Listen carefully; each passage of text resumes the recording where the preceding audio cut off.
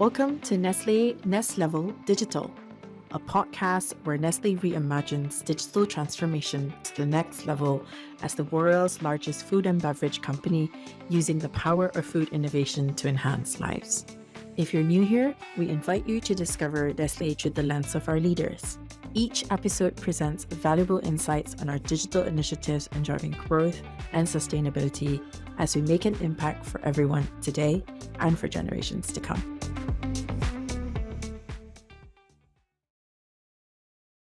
Welcome to the Next Level podcast. My name is Gretchen Ho, your host from the Philippines.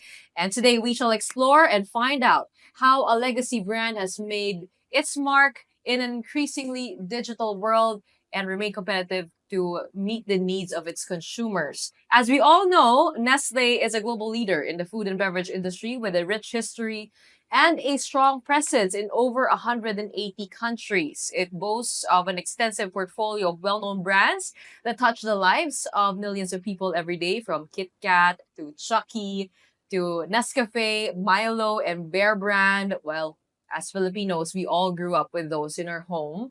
And Nestle here, for sure, is a household name already that is synonymous to quality, taste, and innovation. For over 112 years, its impact extends far beyond its offerings. And as somebody who has worked in Nestle, maybe about more than 10 years ago, it is my joy to bring to you this story of a company that has impacted millions of Filipinos' lives. And joining me today to help us with that is a transformative leader who is at the helm of Nestle's journey for the past 5 years. He has 25 years of experience in Nestle. He came from the headquarters of Nestle in Switzerland. And as I've heard in the murmurings around the company, he has a visionary kind of leadership. He has steered Nestle into being able to compete in the e-commerce arena, evolved its digital and social media capabilities, but still managed to grow and strengthen its local business. About 90% of what is sold here is made here in our country. And I'm proud to introduce to you Nestle Chairman and CEO Kai Marzouki. Hello, Gretchen. How are you? Good. Good. It is so nice to have a chat with you. But as is customary with all CEO interviews, I have to ask you the first question. What's your morning routine like? Wow. So I don't know, but since the pandemic, I go to bed early and I wake up early. So my morning routine is really to get ready, get the kids ready to school, and then come to work and be here around 7:30 when it's still peaceful and quiet. And then organize my day, do my emails, and then the meeting starts around 8:30. Okay, so Yeah. always wake up early. What are Oh, yeah. 5 indispensable habits? Oh. Indispensable habits, I think one will be eat well, eat the right things, sleep enough, exercise, take time for yourself, and take time to think about what you have done and what you will do. So every day you Yeah. have that. Yes, ideally moment of every day. silence. Doesn't always work this way, but I think it's important that, you give time to all the things you want to do in the day. So I think you have to reflect on where will I allocate time, if I'm going to, and we always talk about work-life balance. We always talk about finding happiness in our day. So I think by focusing on what needs to be done and what you want to do and giving space to yourself and to your family, no matter what happens in the day, that's the key to the right balance and eventually to happiness. Nestle does Yeah. speak of wellness, so you gotta embody that. But my question for you is that I just recently came from Switzerland. I had a great time there. Felt like such an ideal world. And why come over to the Philippines? Because it's more fun in the Really? Philippines. Oh, for sure. How's your stay been so far? 5 Oh, years. I enjoyed every minute of it. And I think really what makes a difference at the end in the country is not the landscape, but it's the people. And the people here, I think there's nothing greater than the Filipino people. And I really mean it, because the passion, the warmth is something that you don't find anywhere else. And I'm so happy to work at Nestle, because every morning I get up and I'm happy to come to work, because I know that this enthusiasm, this inclusiveness is going to carry me through the day. So I'm really happy to be here. And although Switzerland maybe has more beautiful sceneries, I think the warmth of the heart is really what makes a difference in the Philippines. Why do you think the Philippine market is such a strong market for Nestle? It's a very good question. I think one of the reasons is that because we have been here for 112 years, as you mentioned at the beginning. So early on, our consumers got used to our brands, learned to trust our brands, and I think they have understood that the quality of our brands still remains number one in all the segments. And I think throughout the years, the endeavor of the company has always been to deliver this quality throughout, no matter what. And I think a good example was now recent years in the pandemic, because when March 2020 happened and the whole country shut down, we did not stop producing a single day. We did not stop delivering a single day. So we've been always there, always part of life, always bringing better products, improved products, and I think making a difference, hopefully, in the lives of all our consumers. Well, you've had experience also with a low income economy in the Yes. past before the Philippines. What do you think is the role of Nestle here in uplifting the Filipino life? I think beyond being a business, I think we cannot be a successful business if we don't help the communities to thrive. And I think if you look at the impact we have, because we calculated back that on average, every Filipino has more than one serving of Nestle products a day. And more than 60% of what we sell every day is fortified. Because we know that our consumers have micronutrient deficiencies. We know there is a gap in vitamin A, vitamin D, even vitamin C. And we know that most of our products have these fortifications, these elements that help really have our children grow stronger and taller and to be prepared for a better future. So I think the intrinsic goodness of our products is really a big factor in what makes a difference in our impact on daily life. But beyond that, I think there are two more things if I can highlight. One is what we call the Nescafe plan, and maybe you remember that from your days here, is the impact we have with coffee farmers. I think we have around 10,000 coffee farmers that we train every year to improve the yields and at the end of the day, produce more and better coffee and increase their livelihoods thanks to what they do. And that I think that's very important.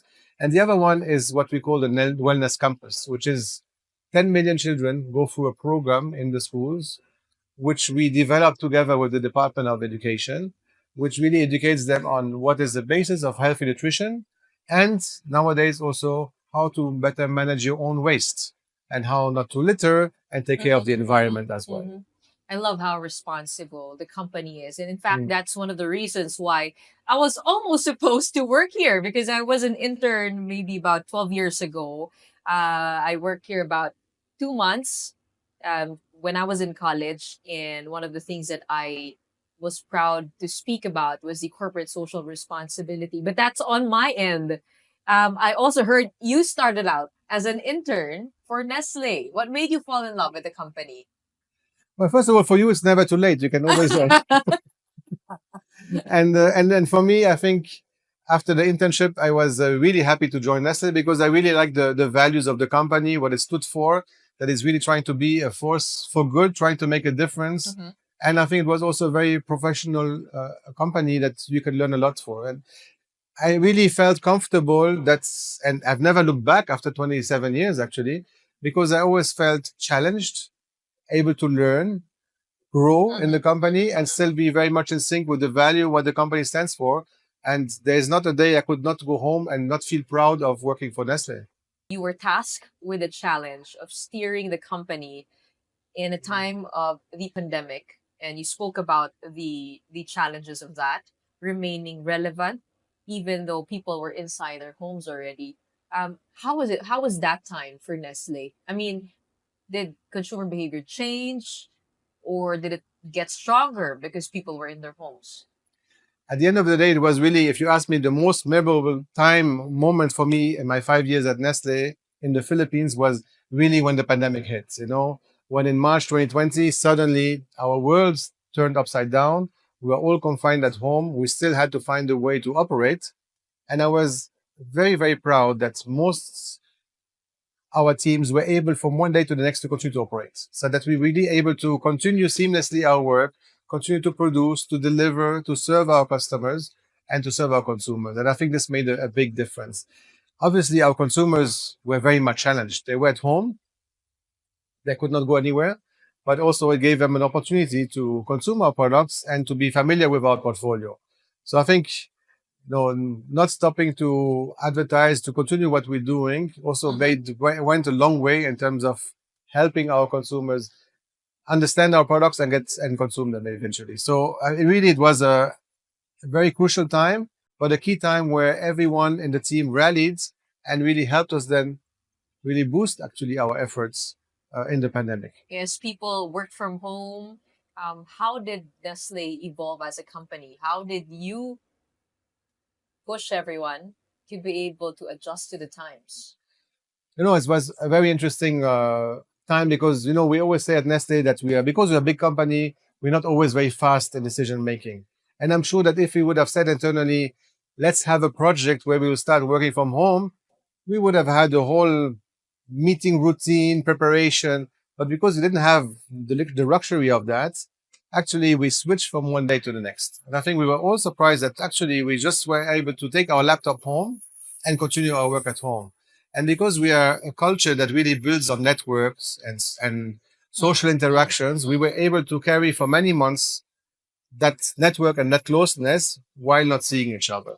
And I think that made a whole difference. And that's why, at the end, culture is always so important.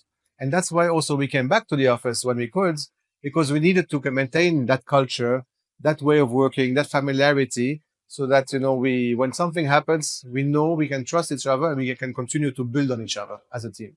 When people around here tell me you're a leader who is very easy to approach, very relaxed. What's your leadership style?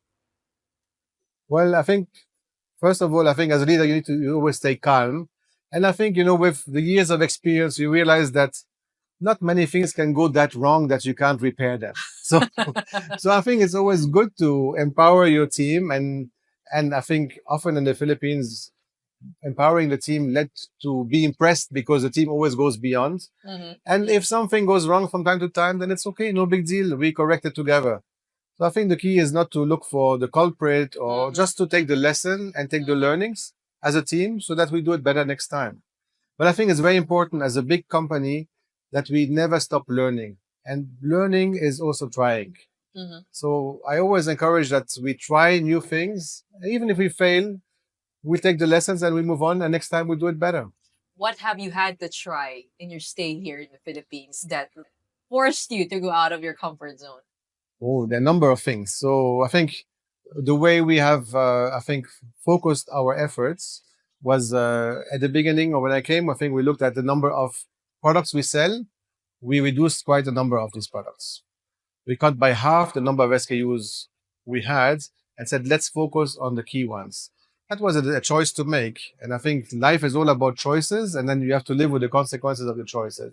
But I think to enable us to focus on what mattered in terms of business helped us really grow the core of our business and perform better.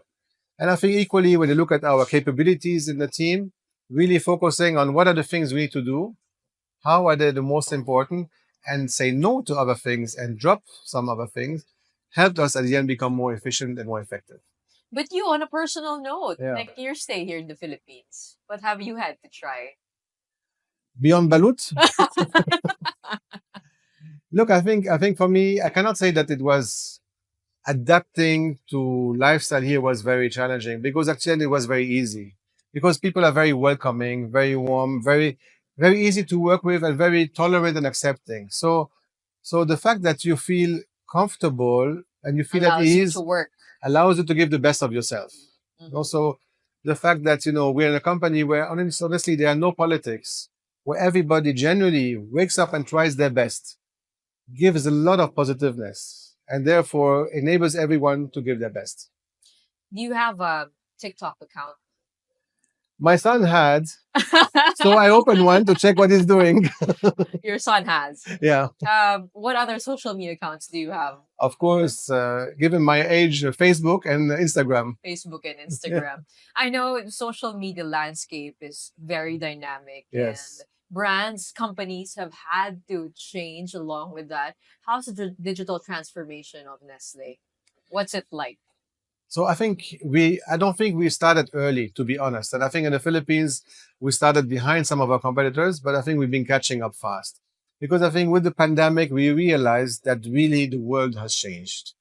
And I think when you look at how we shifted our focus from maybe traditional media like TV to more digital media to follow the consumers, I think we've also done a lot of things internally to really lift the capabilities. So it's been really a journey from digitization Mhm. first, because you really start to put everything in the computer and move away from a paper office. Second, we put really digital processes in place. We need to say that everything is worked directly online with each other. And then lastly, digital transformation is what we are busy with now. And that's really looking at how we can transform the way we work internally and the way we interact with our consumers and customers externally. That is a long journey that is constantly changing, but I think it's important to keep on progressing and trying new media. So if I can give an example, because you mentioned TikTok. So we were the first ones really to go live on selling on TikTok. We have over 1,000 creative influencers who have really created content for us on TikTok, and it's been a really wonderful experience. I know that TikTok, for example, has been now banned from selling in Indonesia, but it's very much on in the Philippines. And I think the way we have quickly learned to use TikTok, to learn from TikTok, has made us a more interesting place to be, no matter what tomorrow will happen to TikTok. What does this say about the new model of handling FMCGs and the F&B business? I think really the way we do marketing will change tremendously in the future. I think many years ago, marketing was more a shotgun approach. Then we started to go more targeted towards certain consumer age group, segmentation, income class. Now it's much more than that. What we have in the future is all consumers as an individual. I think there's going to be a lot of data involved. For sure, marketing will need to move to a more data savvy Mhm. function. And I'm sure that AI will come and help and support pre-analysis and decision making. Algorithms that target consumers, right? Absolutely. Isn't that scary? I mean, like if I'm speaking as a consumer, like how do you make me comfortable? I think it's a very good point, because that data privacy is a key element. And for sure, we have to have consumers who are happy Mhm. that we know more about them, or happy to or consent that they share some of their data so that we can interact and be more relevant to them. But what is also TikTok, for example, showing us is that consumers want to be entertained. Maybe they will not buy online because e-commerce is still very small and probably will remain relatively small in the Philippines, because you have a sari-sari store every 20 meters here or every 20 houses.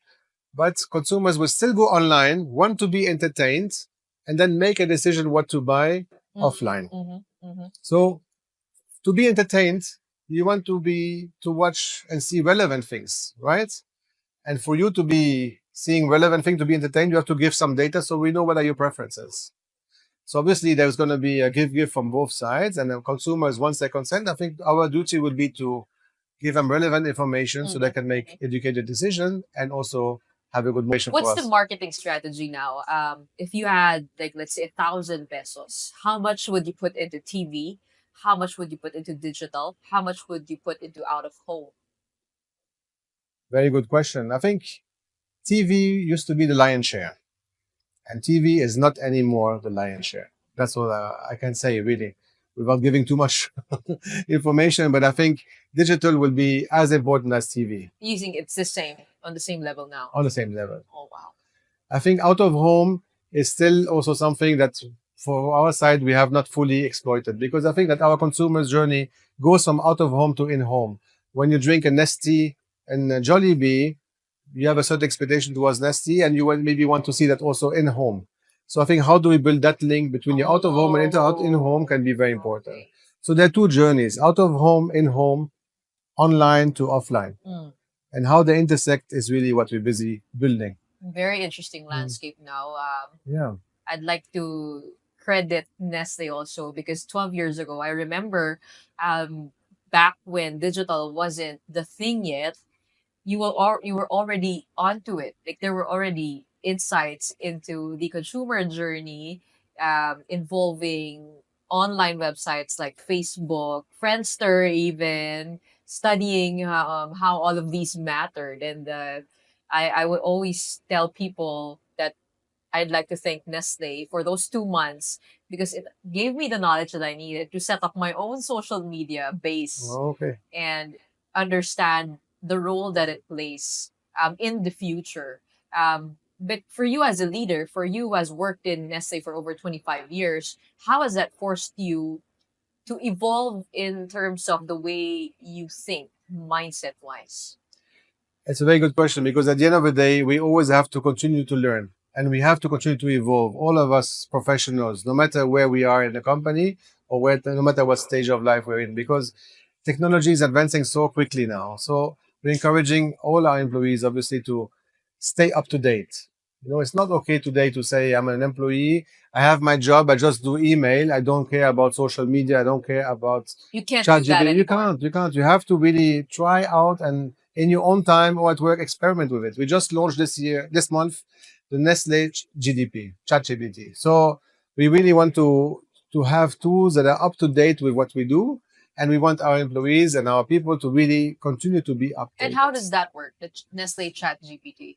Basically, it draws information from the internet, Mhm. but it also uses our own internal, maybe more sensitive information that we don't want to Oh. put out on the internet. If there's anything I'd like to ask about internal operations, that's where I should put it. Absolutely. And also general trends. You can ask whatever is on the internet, but it will also mix it with internal Nestle data. Whatever helps your employees work better. Absolutely. Wait, Absolutely. I know that um, tenure here is very good. I mean, employees stay for more than 20 years. What have how have you influenced them to adapt to these technologies? Because I think at the end we have to create the right learning environment. I think it's important to say it's not because we are the biggest food and beverage company that we will always stay the biggest food and beverage company. So we have to also bring this mindset in all our team members of, we are always challenged. We always have to challenge ourselves. We always have to climb to the next summit, and we also have to learn for that.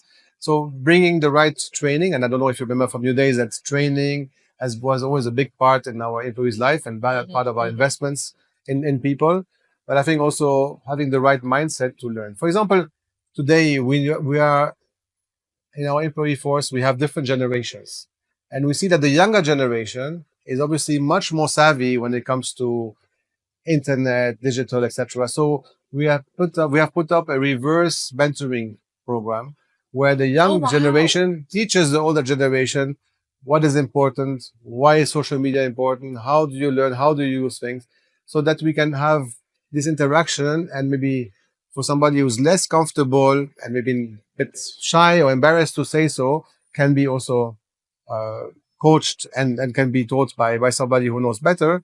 At the same time, it empowers our younger generation because we know that the millennials, they want to be empowered, they want to be taking decisions, they want to grow fast.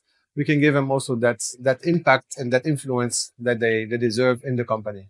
That's great. Mm. Younger and young at heart, the young at heart, working together and having that synergy. What do you think can the young learn from those who are in their mid career?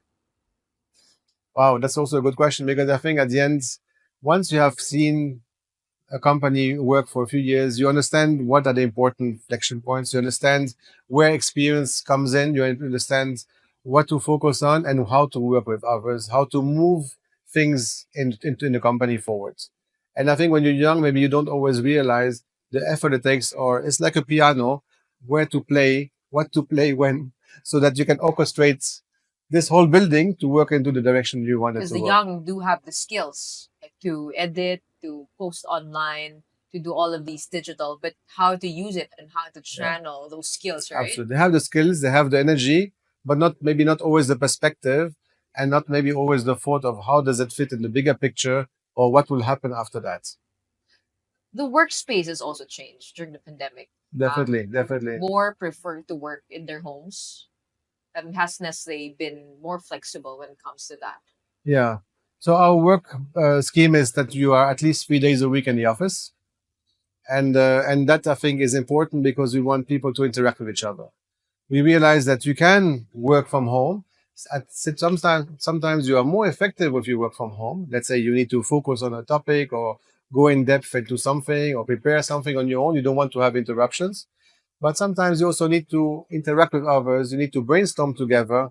And to be honest, in half a day in the office, by talking to 20 people across the different floors, I get more things done than if I have to book a meeting from home with each one of them. Yes. Yeah. So I think we have to balance the two things. And I think we've gone through a long journey. The best out of both worlds. Exactly. And I think the way we're organizing ourselves now is effective, is working well. So we can balance the two.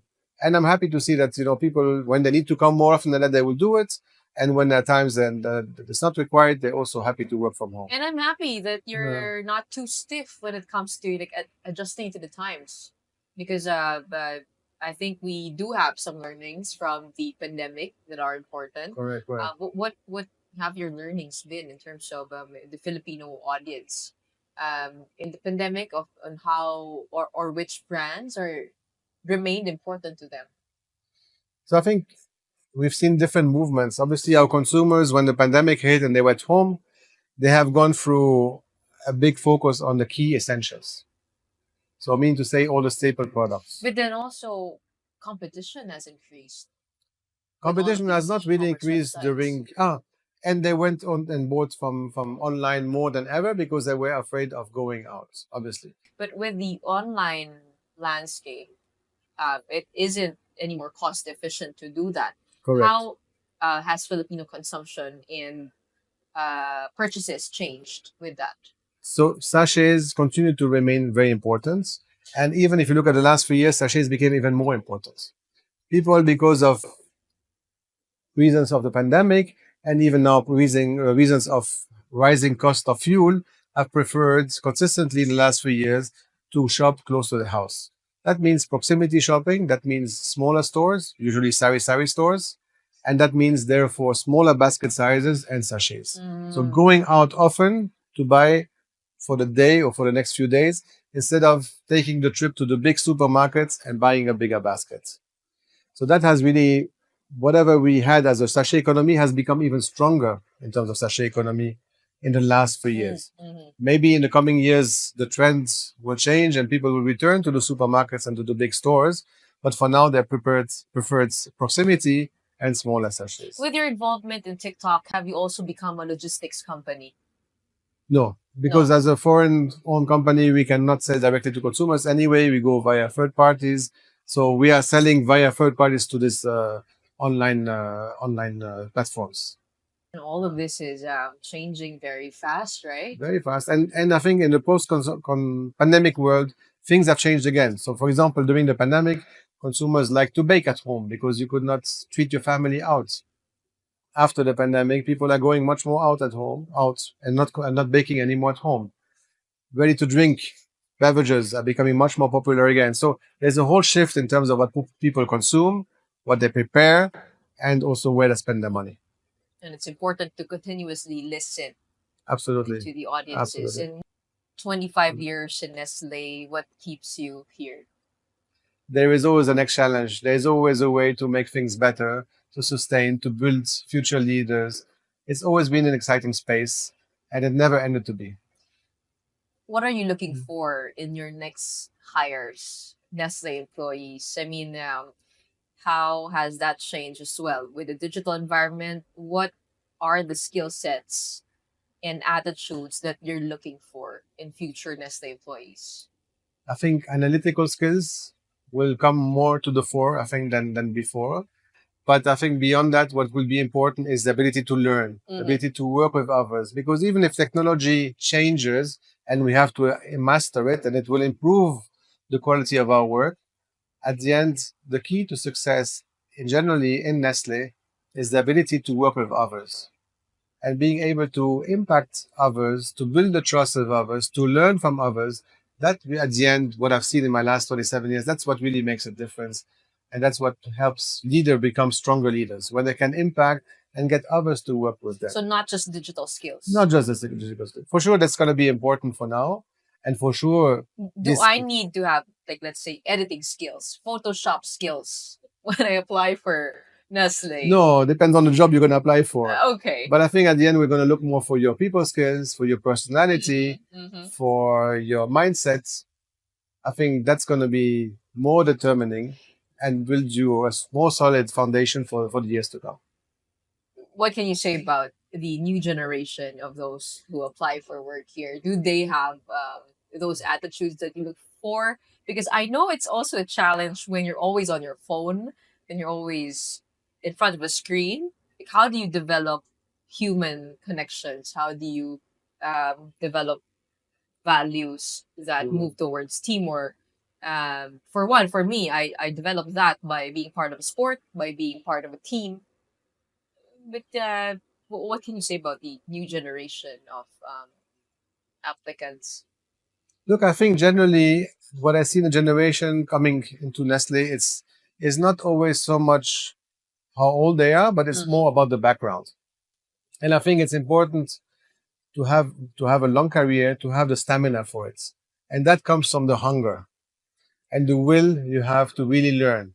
Because sometimes, you have to sweat a little bit, like in sports. Sometimes you win, sometimes you lose, right? So we have to have the resilience to say, okay, I didn't win this time. Okay, I take the lesson and move on. Really, real strength and real success, as in sports, comes from when you don't give up and when you persist and work as a team. When you have the drive and the grit to see Absolutely. things through. Absolutely. Well, we gotta have you make a TikTok account. You said you're a learner. Yeah. Well, thank you so much. I Thank you. learned Thank so you, much Rachel. today. Thank I you. love Thank you. how open you are to new ideas and how in touch you are with the trends. And we do look forward to seeing more of how Nestle will evolve in the coming days, weeks, months to come. As you said, it is a fast evolving industry, and I love that the young people have a place here at Nestle. Thank you, Gretchen. Thank you. It's been great having you, and hope to see you more often at Nestle. I hope to see maybe employed here. You never know. Who knows? We Exactly. will never Exactly. know. Exactly. This has been a great conversation with Thank you. the Thank Chairman you. and CEO of Nestle Philippines, of course, Kais Marzouki. And this has been Gretchen Ho, your host for this episode of the Nest Level podcast. Stay tuned for the next episode. If you enjoyed today's episode, sign up to our Telenetwork to stay connected. Your feedback matters to us. Let us know what you think via our survey. Check out our links in the description.